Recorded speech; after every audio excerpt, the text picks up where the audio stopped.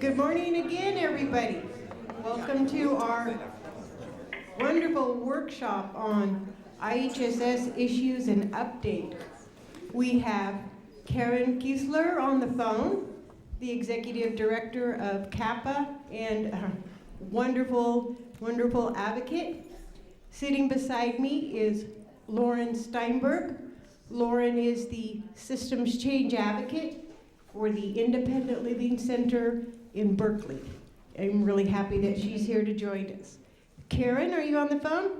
I am. Boy, you are. Thank you, Karen. Should I take it away? Please take it away. Thank you.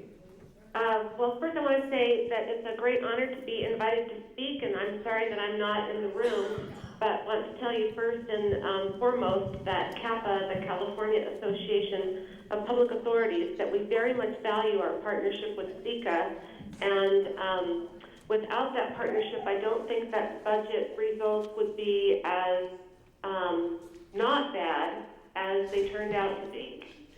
So I'm going to divide the outcome of the budget into two different topic areas. One is to talk about the money, and then the second is to talk about some policy issues. So the governor signed the budget bill. The legislature passed it on October 8th after a marathon all-night session where they started about 10 o'clock in the morning on Thursday, October 7th, and they adjourned Friday at 8:30 a.m. It was an incredibly long and drama-filled almost 24 hours of them being on the floor with the governor in the Capitol and there through the long night as well. For IHSS, the savings that are scored are $300 million, and let me put that in context of the challenge that the leadership and the legislature had was to resolve a $19 billion budget deficit, and that's out of a budget that's a little less than $90 billion. So $300 million in savings that were scored for IHSS. The decision that was made by the Big Five, and the Big Five are the governor, the Assembly Speaker, the Senate President Pro Tem, and the minority leaders for both the Assembly and the Senate. The decision that they made was to make decisions for the IHSS budget for both the current fiscal year, 10-11, and for the upcoming fiscal year, 11-12. So they've scored $300 million in savings for both years. That's a combined $600 million. The first piece is that we will be seeking approval from the federal government for a new provider fee, and the budget assumes that we'll bring in $190 million in both 10-11 and the 11-12 year.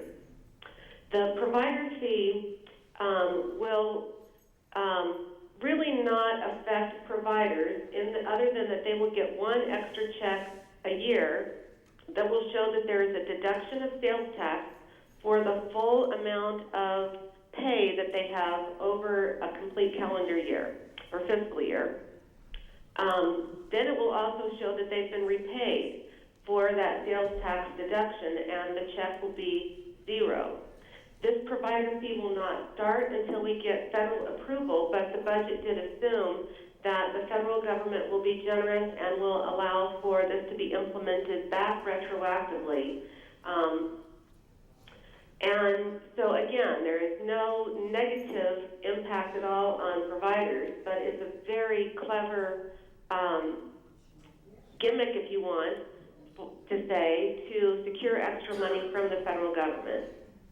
The second piece is that they assume $75 million in savings from caseload, and it's very interesting. Many of us have been tracking IHSS caseload for years, and it normally grows at between 6 and 7%. Sometimes caseload has grown by as much as 11%. Sometimes it's been small, like 2%. But for many, many years, there's been a constant growth in the number of cases and the number of hours for the IHSS program.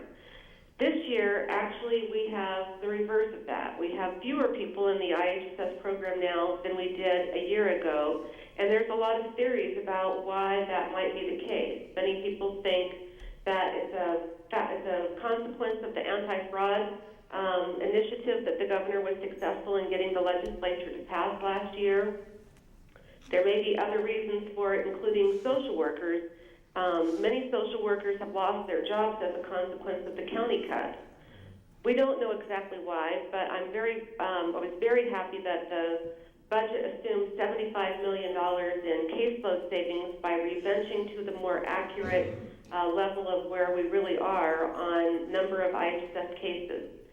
Then the third piece, and I described this yesterday on a different conference call as the turd in the punch bowl, is the cut, the actual real cut. And this is $35 million assumed in savings by enacting a 3.6% across the board cut to authorized consumer hours. And that word authorized is important because there's very often a difference between what the social worker authorizes and what a consumer actually uses, which are the paid hours. So this is off of authorized hours, and if a consumer has a notice of action that shows that there's unmet need where they are at the cap and can't get that more hours than what the statute allows, then it's still a cut off of the authorized hours and comes out of that unmet need. There are no carve-outs and there are no exceptions, and there definitely was discussion within the legislative leadership about whether there should be some effort to identify consumers who are the most likely at risk to be institutionalized due to this 3.6% cut. And there's pros and cons. If they had adopted carve-outs, it's possible that the people who would have been in that class of not getting cut would have made the other group of people getting cut so much, their cut would have been so much bigger that it could have been, instead of a 3.6% cut, they could have had a 7, 10, or 15% cut, depending on how many people got carved out. So the decision was that there's no carve-outs, no exceptions.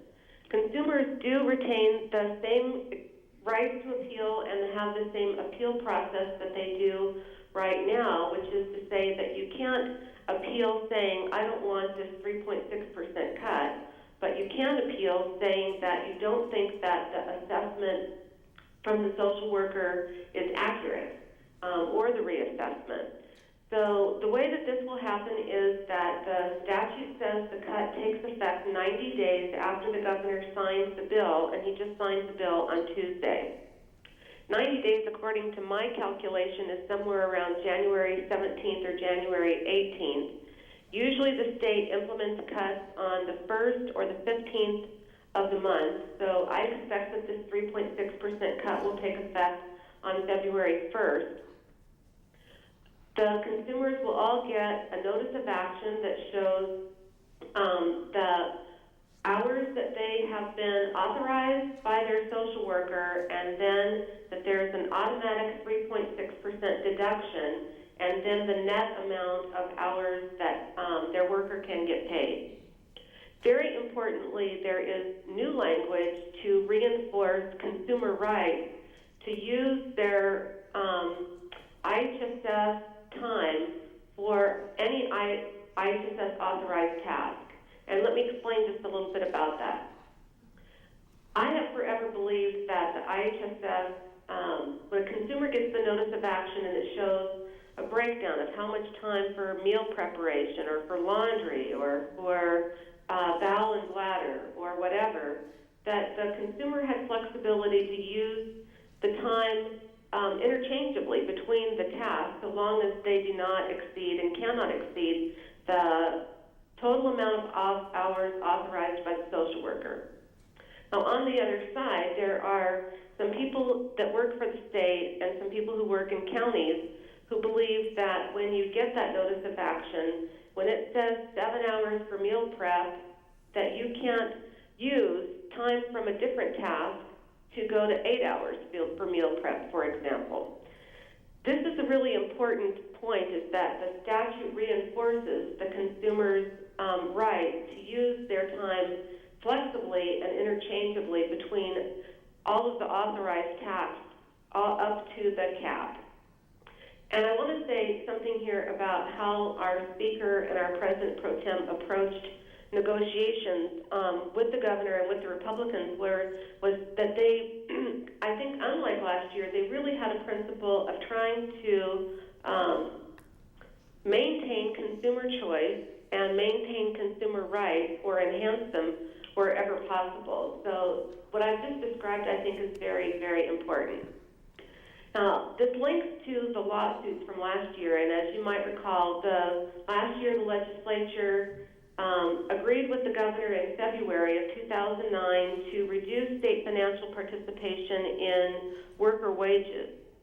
And then later in July, they agreed to legislation demanded by the governor to cut out consumers who have a functional index score below a 2. There's litigation on both of those cuts that were approved last year, and the state has lost. They have been enjoined and prevented from implementing those twin reductions. What the legislature did here was to say that they know those cases are on appeal and that the governor and the administration are still trying to convince judges that they have the right to implement those cuts. So those two lawsuits will continue, but they said in statute that if the administration prevails, that they are unable to implement those cuts until July 1, 2012. And that's the day before that, June 30th, 2012, is when the 3.6% cut is suspended or taken out of statute. That prevents the administration from double dipping, from having both the savings and consumers hurt by a 3.6% cut in hours, and then the worst scenario, which would have been to have both the 3.6% cut and a cut in state money for worker wages and a state cut that eliminated the consumers below a 2.0. So they cannot double dip. I'm going to stop right there and see if there's questions on the money, on the savings tied to caseload, savings tied to provider fee, and the cut of the 3.6, and then I can move on to some of the policy issues that were addressed by the legislature on disqualifying crimes and so forth. So are there any questions for Karen?